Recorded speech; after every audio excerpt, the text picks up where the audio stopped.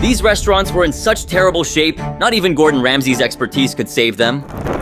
Sure, from the outside, Juniper Hill looked like a dreamy 110-year-old hotel straight out of a postcard. I mean, just look at this place and tell me you don't feel the same. Where's all this stuff from?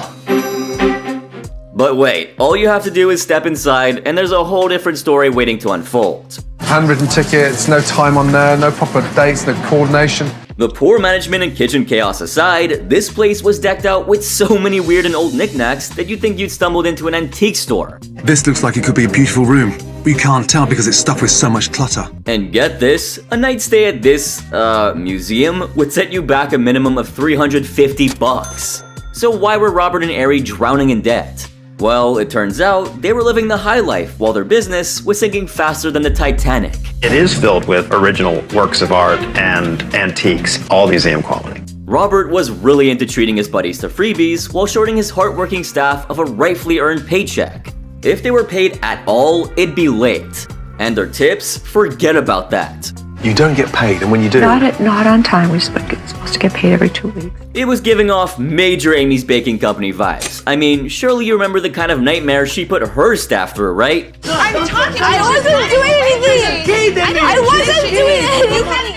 Anyway, back to Robert and Ari, the pair who just didn't care. They treated the place like their personal playground, leaving their employees high and dry in the crossfire. And then I would have to demand to be paid back, or we weren't going to open for dinner. And to get this, she had to beg for her own paycheck just to keep the lights on for dinner service. Talk about a hot mess. But Chef Ramsay wasn't having any of it. He rolled in to set things straight, and boy did he uncover some dirt. So you're losing $200,000 a year? Turns out, Juniper Hill was once a gem, but then it hit rock bottom. And the head chef immediately brought Ramsay up to speed about everything, revealing how he went from making bank to barely scraping by. You're barely surviving. I don't know that I'm even barely surviving. But oh wait, there's more. The menu, well, don't even get me started on that. It was an even bigger mess somehow. Darling, is this a prefix menu or? Yeah. Because there's no prices on here. Yup, absolutely no prices listed, just a big fat bill waiting to punch your wallet in the gut. And the food, let's just say it wasn't winning any Michelin stars. I mean, Chef Ramsay couldn't stomach it. It's sort of washy and soapy and $20 for that. And the cherry on top, the rooms are putting the nightmares in kitchen nightmares. What is that smell? It smells like raw sewage. One whiff and you'd swear you stepped into a sewer. And they had the nerve to charge $350 a night for that stench? No thank you. But the famous chef was not gonna back down, not today. And so he saved the day, at least for the moment. They need a structure, they need a mentor, they need some support, and all they get is nitpicks. And with that, the Juniper Hill rose from the ashes and became the Windsor Mansion Inn with glowing reviews on TripAdvisor to boot. But wait, it wasn't under Robert or Ari's direction. By the time the show aired, the pair was drowning in over $1 million of debt, owing money left, right, and center. That is insane. It's the worst management model I've ever heard in my entire life. Eventually, they just had to shut the place down for good, leaving behind a trail of unpaid bills and unhappy employees. That's very sad. Gordon is going to come into this place and say this place is f***ed. But hey, every dark cloud has a silver lining. Kenny Lucci and his sister Brenda Bradley swooped in and bought the joint and turned it into the Windsor Mansion Inn, a true beacon of hospitality. Meanwhile, according to a Reddit post, Ari was found cooling his heels in jail somewhere in Hillsborough County, Florida. I feel as if I'm at the end of my rope. Yup, the dude was arrested in 2015 with his bond set at $500. Well, of course Robert bailed him out and the case was dropped, but hey, he did spend at least a week in jail. Well, I guess these two owners learned an important lesson the hard way. You better not mess with Chef Ramsay and definitely don't forget to pay your staff. Or worse, steal from them. But guess what? They were not the only owners who got into legal trouble. What happened with this next one is even more shocking. Get it, tough guy! Get it! Right now! Okay, so do you remember Peter's Italian restaurant? Who the f*** is it? Give me the salad! What are you trying to... Oh boy, what a wild ride that was. So this episode kicked off in Babylon, New York, where we got to meet Tina's Italian joint, oddly named after her brother Peter. Now, Peter definitely wasn't any ordinary dude. Excuse me? He had this whole mobster vibe going on, throwing fits left and right, but deep down, he was a passionate guy. but only when it came to himself. I take so much pride in myself, my appearance, my car, my clothes. I take care of myself, and it shows. Meanwhile, the kitchen was a hot mess, with low-quality gear and an overworked Chef Robert struggling to keep things afloat. It looked like fucking camel's turd. It looks like something out of a fucking sci-fi movie. Okay, so enter Chef Ramsay, fashionably late thanks to Peter's antics. And almost as soon as he arrived, he dove headfirst into the food, and let's just say it wasn't really a pretty sight. From rotten salads, cold crab cakes to lobster ravioli that looked like baby food, Chef Ramsay was far from impressed. That's not even lobster, that's just like baby food inside gunk. And do not even get me started on the drama in the kitchen. With tempers flaring and enough blame games to put even the worst Hell's Kitchen services to shame, the chaos was audible throughout the entire restaurant. Stop now and get you a glass of orange juice. Do I have Look at me. orange juice? Fuck yourself. But the famous chef was not ready to back down. He rolled up his sleeves and got to work cleaning up the kitchen and revamping the menu. With shiny new equipment and some good old-fashioned Italian dishes, things started to look up. Well, except for Peter, of course. What's going on? What happened? Don't conduct that in my business. No, you're right. Speaking of Peter, it turns out he had some serious debts and a knack for making enemies. I mean, the whole showdown on the street with the bill collector? Oh man, I would be lying if I didn't say that was epic. I've never seen anything like it before. Come on, I'll put you in the hospital. Yeah, fucker. But the famous chef was not here for theatrics. He sat down with Tina, who spilled the beans about Peter's antics and how she struggled to keep the place afloat. Does Peter play a part in the financial side? He'll take his paycheck but not come in. I come in and they'll tell me, oh, Peter took $200. Not surprising at all. But Chef Ramsay was done. He basically laid down the law. Peter would either have to shape up or ship out. With a little tough love and a lot of elbow grease, they whipped up the restaurant into shape, and what do you know, the relaunch was a hit. The customers were incredibly happy and there was a buzzing atmosphere. But Peter's ego could not take the heat. He ended up clashing with Chef Ramsay and got kicked out of his own kitchen. Just turn it down a bit. Turn it up. Hey. Oh my God, I never seen something like this. But despite everything, the restaurant saw success, for a while at least. They even held a Family Day festival, bringing the community together and giving Chef Ramsay a rare moment of enjoyment. But the restaurant was not meant to last. Peter's shady past caught up to him, and the restaurant closed its doors in 2008. Start working at the problem. What's the problem? What's the problem? You! That's where I'm starting. Peter's brother-in-law claimed that Peter was some kind of undercover FBI agent, leading him to getting the boots from the Bonanos and being disowned by his entire family. He's fucking nuts, this guy. And if that wasn't enough, his poor old dad, Yogi, had already kicked the bucket, possibly from all the stress. Seems like Yogi tried to steer Peter clear of the mafia, but hey, sometimes fate is a cruel mistress. So Peter was left jobless and reeling. But that was like ages ago, so Peter must have picked up the pieces of his life by now, right? And well, someone apparently did spot Peter looking all fit and fab in Middle Village, Queens. Talk about a tragic downfall. But this really reminds me of the arrogant owner from The Secret Garden. It's lazy, it's dirty, and it's just bad. I mean, really crap. Oh yeah, Michael Bardavid. The man who gave Chef Ramsay a really hard time. I had one of the worst meals I've ever eaten. That's a matter of opinion. So Chef Michael, the self-proclaimed culinary virtuoso, was strutting around his restaurant like everything was spot on, but in truth, the place was just rotting. That's how you work. Sometimes, yeah. Sometimes. Yeah, I'm talking about moldy food, dirty fridges, and even maggot-infested potatoes. But his ego wouldn't let him see the truth. Is everything perfect? Even in your kitchen? I don't think so. I mean, let's not forget what happened when Chef Ramsay rolled up to the scene. He was greeted by locked doors and a front entrance that looked like this. That's locked as well. God. Weird, I know. But that was just the beginning. Because what came next was a comically tiny loaf of bread served in a gigantic basket. I feel sorry for that poor lonely bread roll in there. Seriously, who does that? But wait, there's more.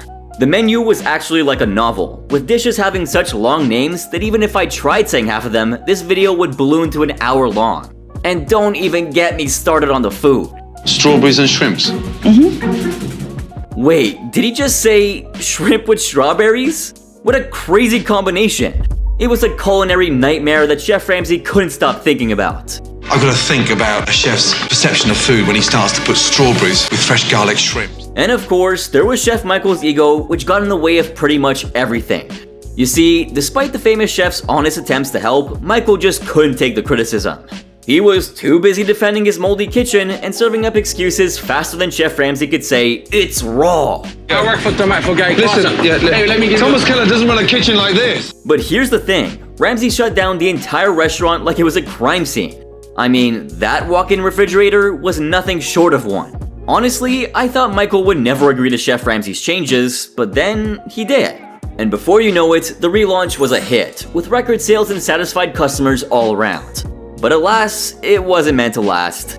Despite Ramsay's efforts, Michael eventually went back to his old ways, expectedly serving up his infamous dishes and ignoring Chef Ramsay's advice. You French pig! You can get out. Go on. You can get out. F yourself. What Michael actually did was chase any chance at success that he had right out the door. And well, that's exactly what happened.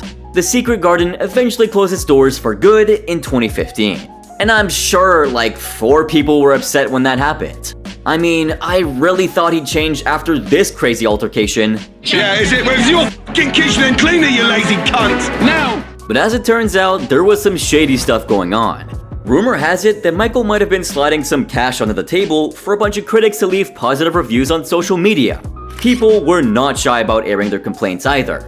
They said the vibe was stuck in the past, the food was meh, and Michael himself? Yeah, apparently he still had a bit of an attitude problem. Maybe more than a bit. Now I'm wondering what I do wrong. But wait, there's more. After selling off the Secret Garden, the place got a total makeover from Danny Margolis, who turned it into M on High Street. Suddenly, it was all the rage, with 4.5 stars on Yelp and serving up some serious community vibes. As for Michael, he had put an end to his dream of owning a business and instead went back to working under others. From 2020, he seems happy from his posts, but surely his career was ruined. I mean, the kind of negative publicity that he got from the show must have rocked his world. Sometime in 2017, he was listed as a partner at Custom Pie Moore Park, but I guess the damage was already done. However, he wasn't the only one who blamed the show for his personal downfall. Here comes another owner who became meme material as soon as the episode aired. Just like last night, he ran up to every table and said, "Hello, my name's Nino." Yeah, Nino's Italian restaurant just has to be on the list of owners gone wrong. I mean, this episode was loaded with a ton of drama, family feuds, and of course, Chef Ramsay dropping more than his fair share of insults. Would you not feel guilty with your mum working twice as hard as you? So, what was the deal with Nino's exactly? Well, this family-owned joint had been around for ages, but things started to unravel when Vincenzo, the patriarch, stepped back due to some health issues. Enter Nino, the supposed heir to the throne. Instead of stepping up like he was supposed to, he was chilling in the office, watching TV like it was his job. Cue the family drama. Why would I come here at 8 in the morning? That's a fantasy. To watch TV. Nino was the hero of this episode, but somehow Michael managed to steal the show with his epic trash talk about his brother. Tell people you're working, because nobody's here, so you can say whatever you're doing, right? Stretching the truth. Oh man, this guy was seriously some comedy gold. But the tension reached a boiling point when Chef Ramsay showed up and Nino sank deep into denial. Chef Ramsay's sounding like an ass. Oh yeah, Nino wasn't trying to take that lying down. He tried to defend himself, but Chef Ramsay was not buying it. Cue the gum under the table moment. It's just stuck to my jeans. No. Oh my gosh. Classic Ramsay move. Anyway, let's fast forward through the chaos. Nino tried to step up and the episode ended on a relatively upbeat note. But what exactly happened next? The restaurant flipped back to its old menu, Vincenzo sadly passed away, and eventually, Nino closed its doors for good in 2016. Rest in peace, man. You're the man that gave me 10 out of 10. But what about the rest of the family? Michael swapped the kitchen for real estate, and Karina, the other sibling, took a dive into activism and social media biz. Inge, the matriarch, battled cancer and lockdown blues, while Nino remained a mystery man, disappearing from the public eye. I made a bad decision. She still has a resentment about it. Okay, so cut to 2024, and we're still in the Finding Nino era. But hey, speaking of owners who ruined their careers, here comes a couple that got booted right out of their country. All that's happened is we have been attacked. Attacked. Attacked! Don't believe me? Here comes everyone's favorite, or least favorite, Chef Ramsay's arch rivals, Sammy and Amy from the infamous Amy's Baking Company. I'm not afraid of you. You're afraid of the truth, not me. The sad thing is, you don't You know the truth. So if you're in for some serious drama, make sure to watch this video right here where I break down every single scene from the episode bit by bit. And trust me, it's a hell of a roller coaster. And for those of you who don't have time for the entire thing or just love hearing about all this drama, here's some quick background to what happened. So Amy and Sammy opened Amy's baking company in 2007 thinking they were gonna be the next big thing. At first, things seemed sweet. But then, oh boy did it go downhill fast. This is ridiculous. I've never seen anything like this before. Now, Amy went full-on mama bear mode defending her joint, but instead of squashing the drama, she just made things worse. There's no point in me saying anything to you because you just well, it's good like that. So, when Chef Ramsay showed up, Amy's spot was surprisingly clean. He even gave props to Amy's homemade desserts. But as soon as lunchtime hit, the cracks started to show.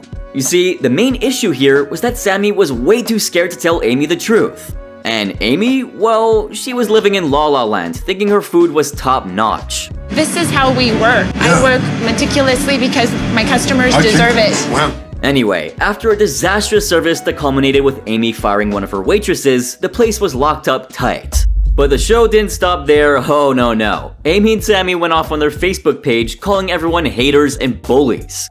And when folks dug into their past, let's just say it wasn't pretty. Yes, there have been a few occasional times that he has had an incident. Sammy had some run-ins with the law, and Amy had her own skeletons. But did they learn their lesson? Nope, they kept stirring the pot, selling t-shirts with quotes from their episode, and even firing their entire staff. It was a mess. And I threw the money at them and I walked out and told them, don't ever talk to me again, I'm done with this place. Eventually, Amy's baking company closed its doors, and honestly, it was probably for the best. They could not handle the heat, and the spotlight was way too much for them. They packed up and moved to California, where Amy focused on baking and even dabbled in some cannabis edibles. But just when it seemed like they'd left the drama behind, Sammy got deported back to Israel in 2018. Amy then followed him and they tried to lay low for a little while. But old habits die hard, and they still couldn't resist poking the trolls on social media. I want you to just shut up. Nowadays, Amy's baking up a storm in Israel and her Instagram is blowing up. People seem to have moved on, but if you ask me, Amy's baking company will always be the craziest chapter in Kitchen Nightmares history. Rats, nasty online messages. Freaking crazy. This is what you don't ever do. You see, they may be out of the bakery game, but they've left a lasting legacy of chaos and craziness. Cheers to them, I guess. But here comes another owner who is pretty much on the same level of delusion as Amy. My mother's been teaching me since I could walk. That's my formal training. My ability is endless. Put it in front of me and I'll make the dish for you. Alright guys, say hello to Sebastian DeModica. Picture this, Chef Ramsay walks in, tries the food, and promptly spits it out. Like, seriously disgusting. And then he goes on a rampage telling Sebastian everything that's wrong with his place. And let me tell you, there was a laundry list of problems. This is filthy. This is ridiculous. When he's get upset, you might see pans flying across the kitchen. Sebastian's joint, located in Burbank, California, was supposed to be in a prime spot, but it was tanking. The menu was straight up bonkers, with like 20 different combos that made 0 sense. And the food, let's just say that even dog food might have tasted better. He told me they're fresh.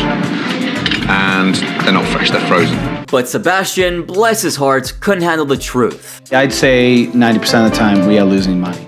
Fast forward to the big relaunch, and surprise, surprise, Sebastian was already backsliding. I was kind of upset at Chef Gordon at that point. I felt like he was being a little unreasonable. In the end, Chef Ramsay basically predicted that the restaurant was doomed to fail. And guess what? He was right. The place shut down in 2009, and Sebastian hightailed it to Boston with his tail between his legs. It's not easy to accept. But wait, there's more. Sebastian tried his hand at acting, starring in a movie called Angels Around Me. Spoiler alert, it sucked. Like, really sucked. Think gangsters, crime, and terrible rap music. And get this, after his restaurant nightmare and cinematic disaster, Sebastian vanished into obscurity. But surprise, surprise, he resurfaced as the proud owner of a tree removal company. Talk about a career change. But hey, at least he's found success in chopping down trees, right? Instead of cooking frozen pizzas. From dirty kitchens to clueless owners, these are the worst moments caught on Kitchen Nightmares. Few episodes capture the tragic downfall of a once beloved establishment like the saga of La Gondola. Located in Derby, UK, this Venetian restaurant opened its doors in 1968 and quickly became a local treasure. By the time Gordon Ramsay stepped in, though, La Gondola was a shell of its former self, teetering on the edge of oblivion. La Gondola wasn't just any old restaurant, it was a 125-seater venue with a 21-bedroom hotel attached. For owner Daniela Bayfield, this place held deep sentimental value. She had celebrated her 21st birthday and even her wedding at La Gondola, so when the chance to buy it came up, she didn't hesitate. But here's the kicker. Daniela bought the restaurant in the midst of personal turmoil following a family loss and a divorce. So, while her heart was in the right place, her head, not so much. The restaurant was already in dire need of a revamp, and Daniela was completely unprepared for the uphill battle that lay ahead. It's like going back in time. When Chef Ramsay arrived, he was struck by the dated, albeit well-preserved decor. But when he learned there were only 4 reservations for a Friday night, red flags went up immediately. The customer base was dwindling, with mostly older diners who had been coming for years out of habit, not because the food was good. Now, let's talk about the menu, a bloated 100-item disaster that spanned multiple cuisines but excelled at none. Gordon's first meal? A spaghetti bolognese that took forever to arrive, and a salmon dish that looked like it had stepped straight out of the 70s, complete with a sad sprinkling of parsley. Oh, fuck it. It's 1975, let's stick a muscle in there. The head chef, Steve, had been there since 1975, and it showed. Steve was stuck in a time warp, refusing to change or adapt to modern culinary trends. I've been saying it for 3 days, we haven't got a pot washer. Nobody's done a fucking thing about it. Daniela had already sunk 500,000 pounds into this sinking ship, blissfully unaware of the corner cutting and microwave shortcuts happening behind the scenes. When Chef Ramsay exposed the truth, she was horrified. But that was just the tip of the iceberg. The next day, Chef Ramsay found Steve and his second-in-command, Gareth, rolling in late like it was no big deal. The lack of motivation was staggering, especially from Gareth, who admitted he was just clock-watching until it was time to go home. The only person who seemed to give a damn was Danny, the teenage apprentice who showed a glimmer of enthusiasm. Chef Ramsay's attempts to shake things up began with a field trip to see Rolls-Royce cars, a reminder of how brands that stay ahead of the curve survive. He then challenged the team to make pasta from scratch, which, to everyone's surprise, they actually enjoyed. But let's be real, enthusiasm wasn't going to save La Gondola. Chef Ramsay slashed the bloated menu down from 89 dishes and introduced a modern, streamlined selection. He also took young Danny under his wing, teaching him the basics of cooking and prepping vegetables. The relaunch was set with a special business luncheon aimed at reviving the restaurant's fortunes. Chef Ramsay pushed the kitchen staff to deliver in under 45 minutes, but old habits die hard. Steve, still lacking in leadership, flubbed the service, resulting in double-served tables and mixed-up dishes. Once again, the lack of organisation has dropped the KitchenAid. Despite the chaos, the relaunch was a relative success. The dance floor was resurrected, a house band was hired, and the restaurant managed to make £2,000 in one night, 4 times what they made in a whole week prior. But it was clear that Steve was out of his depth, and the weight of running a modern kitchen was too much for him. Jesus Christ. Fast forward 4 months, and Chef Ramsay returned to find that Steve had bailed, taking Gareth with him to a pub where they microwaved food for a living. Who even designed this? It looks like a residence. I would have driven right by it. When Chef Ramsay stepped inside, the situation didn't get much better. The ambiance was more office block than island paradise. Servers were dressed in stiff shirts and ties, making the place feel more like a business meeting than a chill spot for some jerk chicken. He hadn't even tried the food yet, and it was already looking like a mess. Okay, dining room. Right. It's a strange entrance. Hello. Dr. Morris. The real drama began when Chef Ramsay sat down to taste the food. Let's just say, if you were hoping for a delicious bite of authentic Jamaican flavor, this was not the place. The Jamaican patties? Bland. The jerk chicken? Dry as a desert. Chef Ramsay's face said it all. This food was straight up gross. Absolutely gross. That sauce is dreadful. Dr. Morris was clearly the issue here. She managed the restaurant like she was running a hospital, controlling every little detail down to the menu, which left the actual chef with zero say in what went on the plates. The result? A formal, sterile atmosphere that no one wanted to dine in. But it wasn't just the ambiance, the food wasn't even fresh. Packaged, frozen, reheated. It was like a crime against Jamaican cuisine. Okay. It should not be frozen. Okay, well, it is frozen. Chef Ramsay knew that the only way to save this sinking ship was a complete overhaul. So he got down to business. First up, a fresh barbecue out on the patio. This was a hit with customers, but inside, it was the same old story, clumsy service, and sad food. Keon, Dr. Morris's son and the restaurant's manager, was told to step up his game. But it was clear that the real problem was Dr. Morris's iron grip on every aspect of the business. Jerry, great news. Look how popular barbecues are becoming. Right. And that smell. Determined to make a change, Chef Ramsay decided to ditch all the packaged food. He made a dramatic show of throwing it all out, clearing the way for fresh, authentic Jamaican ingredients. It was time to bring some real flavor back to Kingston Cafe. But that wasn't all. Chef Ramsay and his crew gave the whole place a much-needed facelift.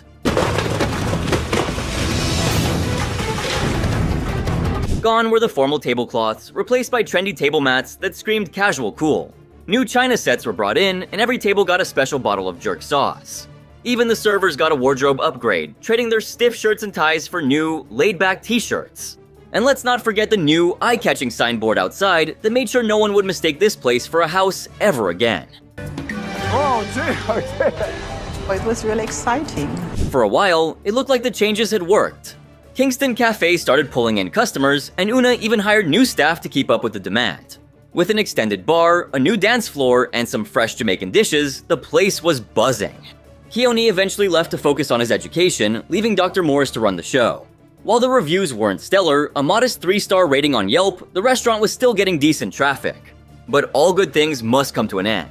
Despite the initial success, Kingston Cafe couldn't keep up the momentum. By 2018, the restaurant closed its doors for good. Dr. Morris shifted her focus to catering and event services, leaving the in-person dining scene behind. As of 2023, the old Kingston Cafe sign is still up, but it's mostly overshadowed by the Women's Diagnostic Imaging Center sign. It seems like Dr. Morris went back to her roots in healthcare, with Kingston Cafe now just a memory. In the end, Kingston Cafe's story is a cautionary tale of how even the best intentions can fall short without the right expertise. It's a reminder that running a restaurant is no easy feat, and sometimes even a little help from Gordon Ramsay isn't enough to turn things around. And well, this brings us to another episode where one owner's sloppiness led to the downfall of the entire business. The Glass House episode of Kitchen Nightmares was a classic tale of ambition gone off the rails. Neil Farrell, the dreamer behind this restaurant, always wanted to own a place like the Glass House in Ambleside, Cumbria. But as the saying goes, be careful what you wish for. 3 years into the venture, Neil found himself drowning in debt and dodging calls from debt collectors by turning off his mobile. Dude was seriously in over his head. Which I turned off many months ago. Enter Chef Ramsay, the man with a knack for saving failing restaurants and delivering the cold, hard truth. Chef Ramsay met with the head chef, Richard Collins, a dude who had trained at Claridge's and was getting paid a cool £25,000 a year. But Richard was disillusioned, saying nothing was working anymore. Talk about a serious mood killer. There's a stage now where I just feel it ain't working. I'm questioning my ability.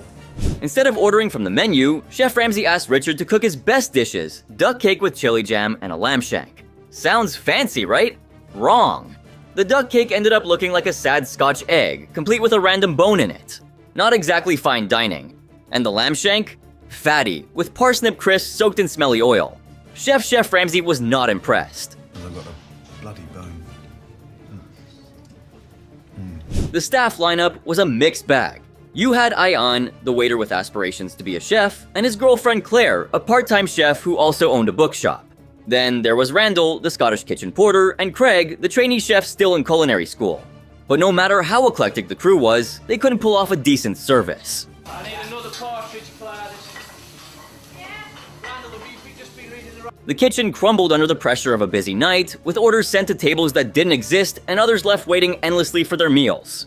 One steak was even sent back, which, in the restaurant biz, is basically a death sentence for customer satisfaction. Chef Ramsay, clearly fed up, revealed some undercover footage from previous services, and it was a horror show. Meat being tenderized with a frying pan, pesto mixed on the floor, yikes.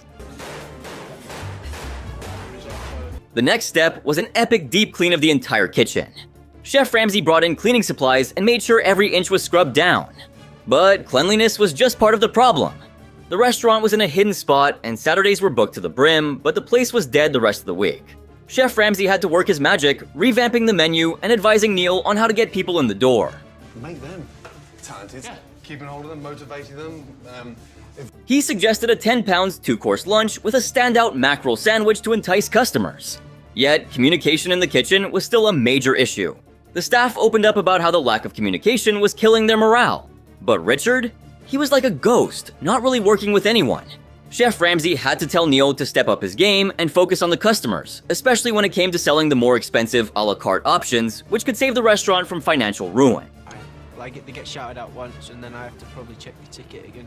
Neil's big test came when a table arrived early. Chef Ramsay told him to pitch the a la carte menu, but Neil buckled and went for the cheap option. That was a total facepalm moment.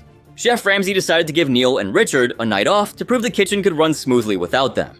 And guess what? The food was awesome. Even Richard was impressed, though he made a weird claim to the staff afterwards saying, "You're all mine."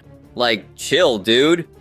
Something really weird in there. It's like a sour mayonnaise flavor. The next day, Chef Ramsay sat down with Dean and his wife Barbara to discuss the financial mess they were in. Barbara admitted that Dean kept her in the dark about the restaurant's financials, trying to shield her from the anxiety he was feeling. But when Chef Ramsay revealed they were losing money every week and were $500,000 in debt, Barbara was stunned. To make things worse, she was wearing a pricey Burberry coat, showing just how out of touch she was with the reality of their situation. He would risk, everything that we possibly had in the world. On Saturday night, Chef Ramsay observed the dinner service, and it was a disaster. The kitchen was backed up, and Chef Michael was overwhelmed. Customers were sending dishes back left and right, and Dean, instead of focusing on quality, pressured Michael to speed things up. The result? Even more dishes are being returned. Chef Ramsay confronted Dean after the service, making it clear that rushing the food was destroying the restaurant's reputation. Chef to chef now. What? Forget Dean. Where's the tilapia? The next day, Chef Ramsay had a heart-to-heart with Dean, telling him that his fear of failure was holding him back. Dean admitted that he needed to change, realizing he couldn't keep sidestepping problems if he wanted the restaurant to survive. When I opened a restaurant in my hometown thinking I was the dog's bollocks, and it made me the person I am today. In the weeks that followed, the Old Stone Mill saw a turnaround. Chef Michael rediscovered his passion for cooking, and the food improved significantly. Dean took control of both the front and back of the house, and Tom grew more confident as a manager. They even hosted a barbecue to celebrate the building's 200th anniversary, where Dean was given the key to the city by the mayor. Business was up 30%, and it looked like the Old Stone Mill was finally on the right track. Very good. It's fantastic. It was excellent. But as with many kitchen nightmare stories, the success didn't last. After that, the customers stopped coming, and the sisters were left staring down the barrel of a $250,000 debt. As Spuddy hell. That doesn't sound very interesting, does it? In a desperate attempt to save their sinking ship, they hired their 21-year-old niece Danielle to run the kitchen. The problem? Danielle had zero culinary training and wasn't even passionate about cooking. She was just there because, well, family. But let's be real, this girl was drowning in a kitchen that was way over her head. Have I cooked for someone of such caliber? I don't even know what I'm doing. Enter Chef Ramsay, who rolls up to the cafe and is immediately hit with the stench of failure. He sits down with the sisters, and shocker, they're completely clueless about what's wrong with their restaurant. It doesn't take Chef Ramsay long to figure out that Danielle, their so-called head chef, is barely old enough to drink and definitely not ready to run a kitchen. How old is she? 21. 21? She hasn't even had a chance to learn yet. When Chef Ramsay tries the food, things go from bad to worse. First, he's served a hot potato soup that's lumpy and bland, followed by spud skins that taste like they were baked weeks ago, and surprise, they were. The shepherd's pie? Too greasy to eat. Chef Ramsay is disgusted and sends the food back to the sisters, who can't even pretend it's good. They admit it's terrible. Holy mackerel. Like lumps of glue. What a embarrassment. After dragging himself into the kitchen, Chef Ramsay is shocked to see Danielle struggling with recipes she didn't even want to make. Can you just help us, please? Moved by their honesty, Chef Ramsay agreed to help them. He put them through a potato challenge to reignite some passion and creativity in the kitchen. Surprise, surprise, Danielle's dish was the winner. Danielle's goes on the menu. Danielle, great job. Delicious. Thank you. Chef Ramsay decided to mentor her personally. He showed her how to make a killer shepherd's pie, which became one of the specials of the night. Chef Ramsay's style. I mean, I couldn't tear my eyes away from what he was telling me. Despite some improvements, the restaurant still had big problems. Their portion sizes were so huge that customers kept taking home leftovers, bleeding the cafe dry. Chef Ramsay showed them just how much food they were giving away, forcing them to face the reality that their business model was completely broken. On relaunch day, the cafe got a total makeover, new decor, new menu, new attitude. Chef Ramsay even brought in Richard Marsh, a restaurateur, to mentor Danielle for a month. The Idaho Potato Commission donated 3 months' worth of fresh potatoes, and the critic who once called them spuddy hell came back for a second look. And guess what? He loved it.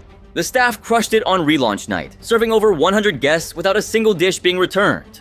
Danielle, who had been thrown into the deep end, finally found her groove and started to see a future for herself in the culinary world. But things went downhill fast, and by the time Chef Ramsay arrived, the place was hanging by a thread. We're talking $300,000 in debt and a customer base dwindling like a balloon with a slow leak. Sous Chef Devin didn't mince words. Michelle had an ego bigger than the Eiffel Tower, and Jane, the waitress, couldn't stand working with him. So when Chef Ramsay pulled up to the secret garden, he was met with, well, nothing. The front door was locked.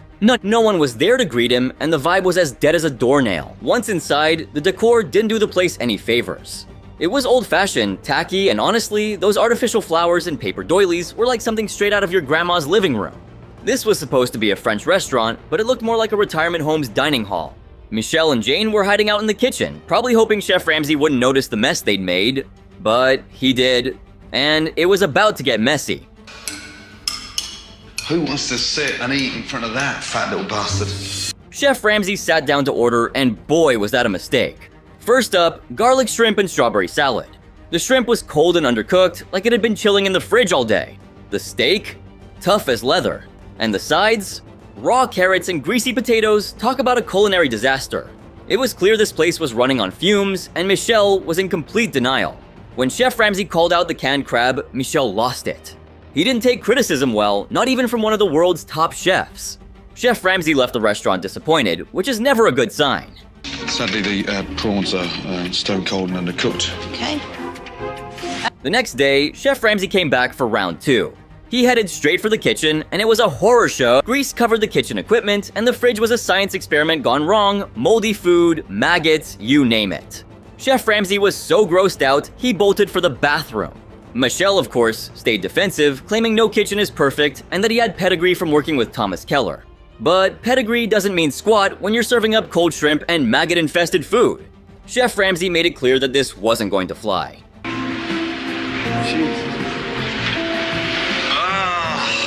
That evening, Chef Ramsay returned to watch the dinner service unfold. Michelle's obsession with overly complex dishes was killing the restaurant. Each dish was crusted, stuffed, and took forever to make. Meanwhile, customers were left waiting so long they probably forgot what they ordered. Michelle wasn't helping. He spent more time schmoozing with customers than actually cooking. It wasn't until Devin took over that things started to speed up, but it was too little, too late. Chef Ramsay knew it was time for drastic measures. Customers nonetheless. What the hell kind of puny appetizer is that? The next day, Chef Ramsay shocked Michelle by boarding up the restaurant and slapping foreclosure signs on the door. Michelle freaked out, thinking customers would think the place had shut down for real. But that was the point. Unless Michelle made some serious changes, the secret garden was gonna close. Permanently. Chef Ramsay introduced a simpler menu with dishes like onion gratin, tuna niçoise, roast chicken, and a fresh asparagus tart. These dishes were quick, cost-effective, and suited the younger crowd that was starting to trickle in. But the kitchen fell apart again because Michelle refused to let anyone else do anything. Orders backed up, customers got impatient, and the service was a mess. Michelle's ego was literally driving his restaurant into the ground. If the restaurant were to close down, I don't know what I would do. That'd feel almost a shame. The critic gave Michelle's second dish a thumbs up, and the night ended on a high note with customers raving about the new food.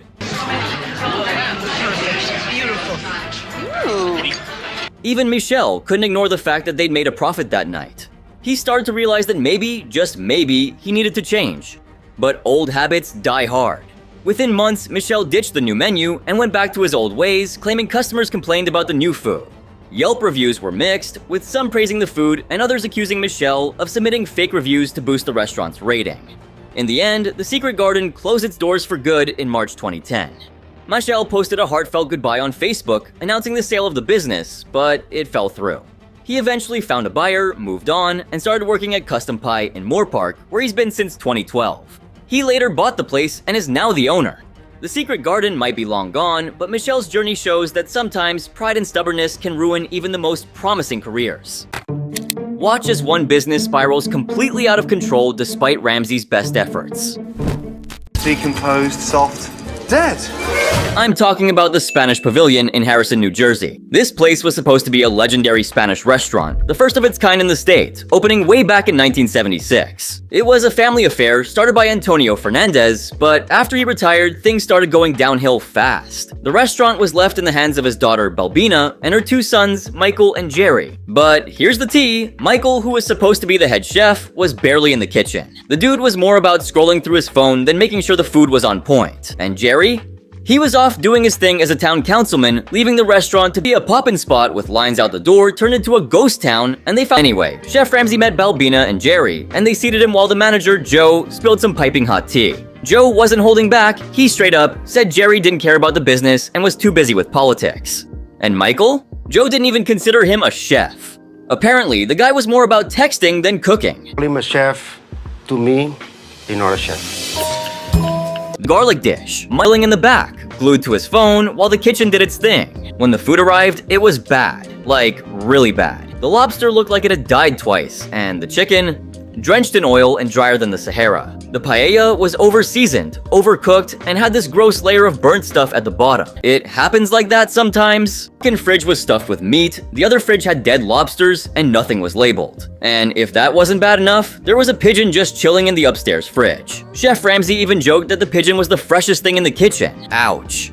Chef Ramsay sat down with Balbina and told her straight up that the business was falling apart because her sons couldn't get it together. She agreed, and Chef Ramsay decided to give them one last shot. That night, Michael was back in the kitchen and Jerry was running the pass. Things were actually going well and customers were loving the food. But as the night went on, Michael started to get overwhelmed and a spoiled chicken dish almost got served. Chef Ramsay had to step in and save the day. But Jerry, to his credit, stepped up and they managed to pull off a decent service. That's it right there, right?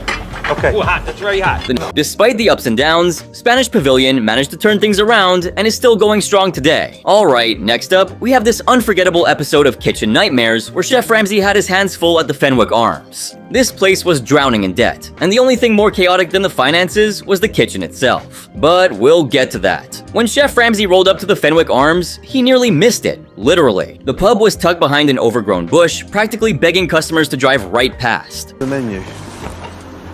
Okay.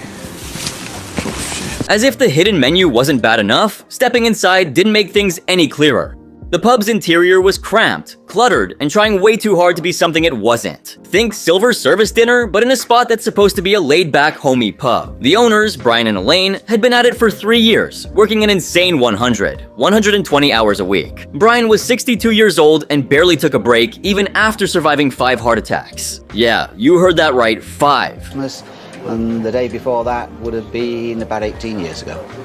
So, Chef Ramsay decided to sample the menu, which was all kinds of wrong. First up, a prawn salad served in an extravagant manner because nothing says rustic pub food like eating shrimp like you're in a 5-star restaurant, right? Salad. But Brian doesn't do simple.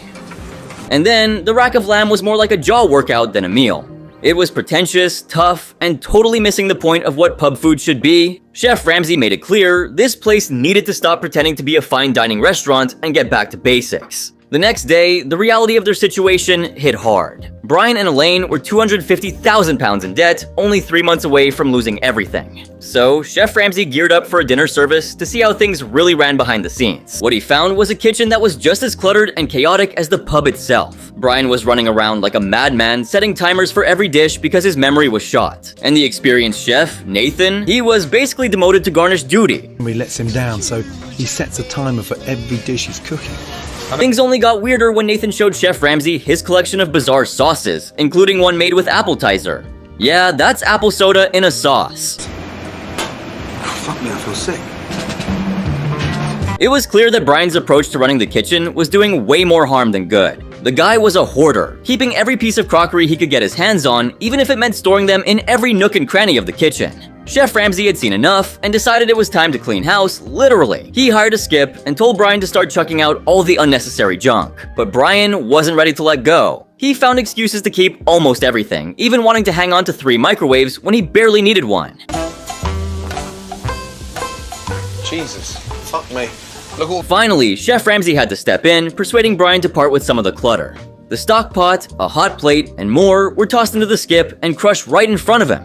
It was the only way to make sure Brian didn't sneak them back into the kitchen. For the evening service, Chef Ramsay made a bold move. He put Brian out front away from the kitchen to see if the staff could handle things without him. Brian was awkward and hovered around customers like they were ticking time bombs, while Elaine poured wine in an empty dining room. Meanwhile, the bar was packed with people waiting for food that just wasn't coming. Get them straight to the fucking table. Get them in the restaurant. Clear the bar. After the dinner service, Chef Ramsay sat Brian down for some tough love. He needed to ditch the complicated menu and focus on serving rustic, no-nonsense pub food. The next day, Chef Ramsay had the owners rewrite the menu and train the kitchen staff to make classic British dishes. He even gave Brian and Elaine the night off, their first in 18 years, to see how the staff would fare on their own. When Brian and Elaine showed up for dinner, they were dressed like they were headed to a gala, not a casual pub night. Chef Ramsay sent them back home to change because, come on, this was supposed to be their chance to relax and enjoy the new, simplified menu. The night was a hit, and the customers loved the new food and vibe. But of course, Brian couldn't resist sneaking back into the kitchen afterwards to put his plates back in their rightful place. He even told the staff that things weren't really going to change. Classic Brian. The next morning, Chef Ramsay found out and had a serious talk with the couple. They were scared of losing control, but they had to understand that stepping back was the only way to save their business. On Bank Holiday Sunday, the pub was a ghost town when it should have been packed with people enjoying roast dinners. Chef Ramsay, never one to miss a chance for a dramatic gesture, took their thick, sludge-like gravy and used it to fill a pothole in the parking lot. Then, he taught the kitchen how to make real gravy and Yorkshire puddings. To turn things around, Chef Ramsay came up with a plan to make the Fenwick Arms famous for the best gravy in town. He had the staff wear t-shirts and hand out samples to locals, inviting them to the pub's relaunch. The campaign worked, and they had 88 bookings for the big night. The kitchen staff was ready, but the service still needed a little work. The first wave of customers was lingering at their tables, and the bar was full of people waiting to be seated. Chef Ramsay had to step in and tell them to move customers to the bar so they could turn the tables for the second sitting. By the end of the night, Brian finally saw the light. The kitchen could run just fine without him, and he was actually proud of his team.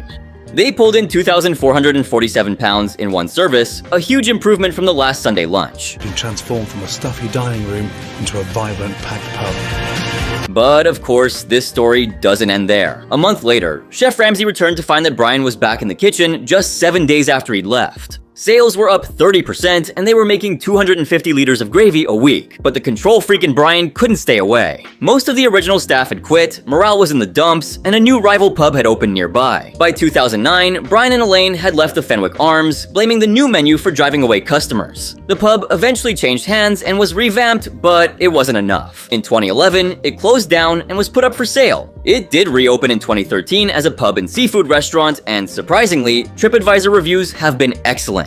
But as for Brian and Elaine, their story at the Fenwick Arms was one roller coaster ride they'd never forget. Now, let's look into the chaos that was Bella Luna on Kitchen Nightmares. This was one of those episodes where you could just tell from the start that things were about to get real messy. So Chef Ramsay strolled into Bella Luna, this Italian spot in Easton, Pennsylvania, and it was pretty clear right away that the place was struggling. Owned by Rosario Scalo, the restaurant was her gift to her sons, Maurizio and Gianfranco. Gianfranco, fresh out of culinary school, was the head chef, while Maurizio managed the bar. But man, the food was a disaster. Locals didn't care for it, and honestly, who could blame them? People were sending back plates left and right. The staff was fed up too. They even said the place looked like a morgue. Ouch. Bella Luna, personally, I think it looks like a morgue. When Chef Ramsay walked in, it didn't take long for the chaos to kick off. First off, he got jumped on by manager Tracy, who was way too hyped to see him. How are you? Tracy. Thank you. Nice to see you. Is this your place? Chef Ramsay sat down to test the food and got bombarded with menus. So many menus. Red flag number 2, right? He ordered veal, penne pasta, and mussels marinara. What came next? A straight-up nightmare. Nicole, one of the servers, spilled the tea on how management was a hot mess, constantly yelling and just being all around unfocused. Disrespectfulness in the back. What from the kitchen? Yeah. Tracy fired back, saying Nicole should have been fired ages ago. But after what came out of that kitchen, it was clear who should have been let go. The veal saltimbocca was straight up garbage, overcooked and flour coated to death. Chef Ramsay's face said it all. It's been beating the crap out of. Disgusting. Then came the penne. It was drowning in sauce and basically inedible. He even compared it to baby vomit. Yeah, it was that bad. This is disgusting and that is gross. The chef not cook pasta? When Chef Ramsay got to the mussels, he was done playing nice. Turns out they were frozen, which made him lose it. Gianfranco tried to justify it, saying they weren't ordered enough to buy fresh. But Chef Ramsay wasn't having it. The kitchen was a disaster too. No tickets, just scraps of paper everywhere. And let's not forget the freezer full of frozen meatballs, shrimp, and chicken, all just chilling together. Gross. Chicken. Does one restaurant need? Things only got worse when Chef Ramsay found moldy produce, gray veal, and a rotten turnip that looked like it had been there for ages. In the middle of all this, they even found a hair in a dish. Yeah, it was that nasty. Hair in the food. Hair in the food? Who just said hair in the food? Chef Ramsay had enough and shut down the service for the night. He made Tracy apologize to the customers and send them home. Apologize for any. Outside, he confronted Rosaria and Gianfranco, telling them they were in total denial. Gianfranco insisted he hadn't given up, but Chef Ramsay wasn't buying it. The next day, Chef Ramsay pulled one of his classic moves and put the whole staff on trial. Rosaria was first up, and she was defensive as hell. Gianfranco wasn't off the hook either. He got called out for his role in the restaurant's failures. Gianfranco? Yeah. Rosario, each of you is going on trial. Chef Ramsay even brought in some locals who had dined at Bella Luna before. Their complaints were brutal: a fly in soup, wrong meat, and sour cannelloni. None of them wanted to come back.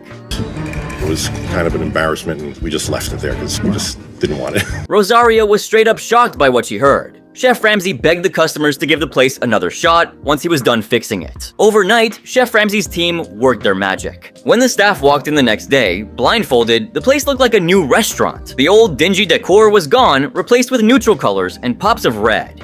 The cherry on top, a brand new POS system to replace the scrap paper ticket madness. How bright and refreshing does this beautiful restaurant look? The menu got a serious makeover too. No more frozen garbage, just fresh, quality dishes. For relaunch night, Chef Ramsay invited back the customers who had been burned by the old Bella Luna. At first, it looked like things were going well, but then the kitchen got slammed with tickets and everything started falling apart. The night ended on a high note, with customers actually enjoying their meals and saying they'd come back. Unfortunately, Bella Luna didn't last long after the show. Despite a brief bump in business, they closed just a few months later in November 2013. Another restaurant nightmare for the books. Now we have Chef Ramsay making his way to Great Neck, New York to check out Trobiano's, an Italian restaurant that was already teetering on the edge of disaster. The joint had been open for about 3 years, but it was struggling big time. Partly because it was surrounded by other Italian spots, making competition fierce. Anthony Trobiano, the executive chef and co-owner, ran the kitchen, while his girlfriend Tiffany and her parents Joe and Pat helped out as a server and hostess. But things were far from harmonious. With $500,000 in debt and no relief in sight, tensions were running high among the family members who were on the verge of losing everything they had worked for. I put my faith, I put my home, my retirement, my wife's well-being, everything else on the line with... When Chef Ramsay first pulled up to Trobiano's, he was greeted by what he thought was a for sale sign. But nah, it was just a large notice for a cheap early bird special. Here we are. Oh shit, it's for sale. No, that's an early bird dinner menu. The price? So low, it was cheaper than fast food. Anthony thought it was a genius idea, but it was barely keeping the restaurant afloat. The decor matches the clientele. Drab, fuddy-duddy. Chef Ramsay sat down with the family to get the lowdown on the situation and quickly learned that Anthony, despite his culinary school training, had never actually worked in an Italian restaurant before. When asked if he thought he was a little too confident, the nods from Tiffany and her parents said it all. Determined to see what Trobiano's was all about, Chef Ramsay decided to sample the menu. He immediately noticed that the place, much like its clientele, was old and drab. The salad he ordered was chopped into tiny bits, probably to make it easier for the older crowd to eat. He also ordered an eggplant tower, chicken-wrapped shrimp, and was recommended salmon with spaghetti bolognese. Yeah, you heard that right. A salad is excellent. Wow. It's chopped. Why would you chop it? People seem to love it. Is that because of their teeth? When the eggplant tower hit the table, Chef Ramsay was not impressed. It was cold, tasteless, and the mozzarella wasn't even homemade. Things went downhill from there. The chicken-wrapped shrimp was hard and just plain weird, and the salmon was dry as a bone. To make matters worse, the portion sizes were huge, and most of the diners were asking for takeaway containers to haul their leftovers home. When will you have this? For lunch tomorrow? Yeah. So you're not coming back tomorrow? No, not tomorrow. As the night rolled on, the restaurant emptied out after the early bird crowd left, leaving the dinner service dead quiet. Chef Ramsay used this lull to give some honest feedback to the staff. He pointed out that they were essentially serving double entrees, which was why they were losing so much money. And then came the real kicker. Chef Ramsay told Anthony that the food he tasted was downright awful. To top it off, he learned that Anthony wasn't even tasting the dishes before they left the kitchen. Every time a plate comes back to my kitchen, I taste it. And then the worst dish, the shrimp in the chicken. But the night wasn't over yet. Chef Ramsay decided to swing back for a surprise kitchen inspection, and what he found was beyond gross. The kitchen was filthy. Dirt was everywhere from the floor to under the equipment. Plates were stored dangerously close to the floor, and to top it all off, there were mouse droppings behind some of the equipment. This is shocking. When confronted, Anthony claimed they cleaned every day, but Chef Ramsay wasn't buying it. He laid into Anthony, telling him that he needed to step up and take responsibility. After a serious reality check, Chef Ramsay got everyone, including Anthony, to deep clean the kitchen overnight. The next day, Chef Ramsay took the crew out to a farm to milk a cow, giving them a much-needed break and a little fun as a family. The goal was to teach them how to make fresh mozzarella.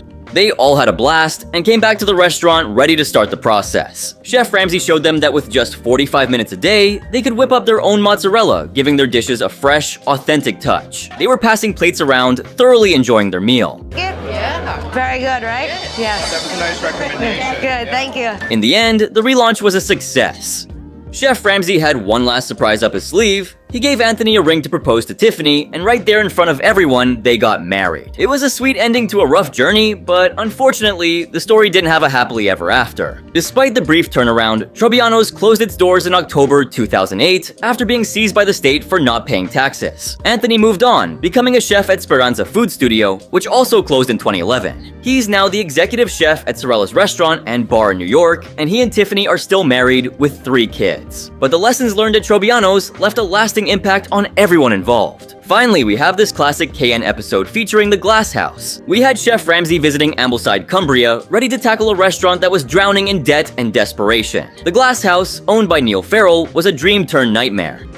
Morning. Mr. Ramsay, extremely pleased to meet you. Likewise. Neil had always fantasized about owning a restaurant, but 3 years in, that dream had him ducking debt collectors and keeping his phone switched off just to avoid their calls. The head chef, Richard Collins, had some serious cred. He trained at Claridge's and was making £25,000 a year, but that paycheck wasn't buying much peace of mind. When Chef Ramsay asked Richard what the problem was, Richard admitted that things had hit a point where nothing seemed to work anymore. You could tell the dude was over it. Ramsay didn't even bother ordering from the menu, which was probably a good call. Instead, Ramsay challenged Richard to cook his best dishes. What did Richard whip up? A duck cake with chili jam and a lamb shank.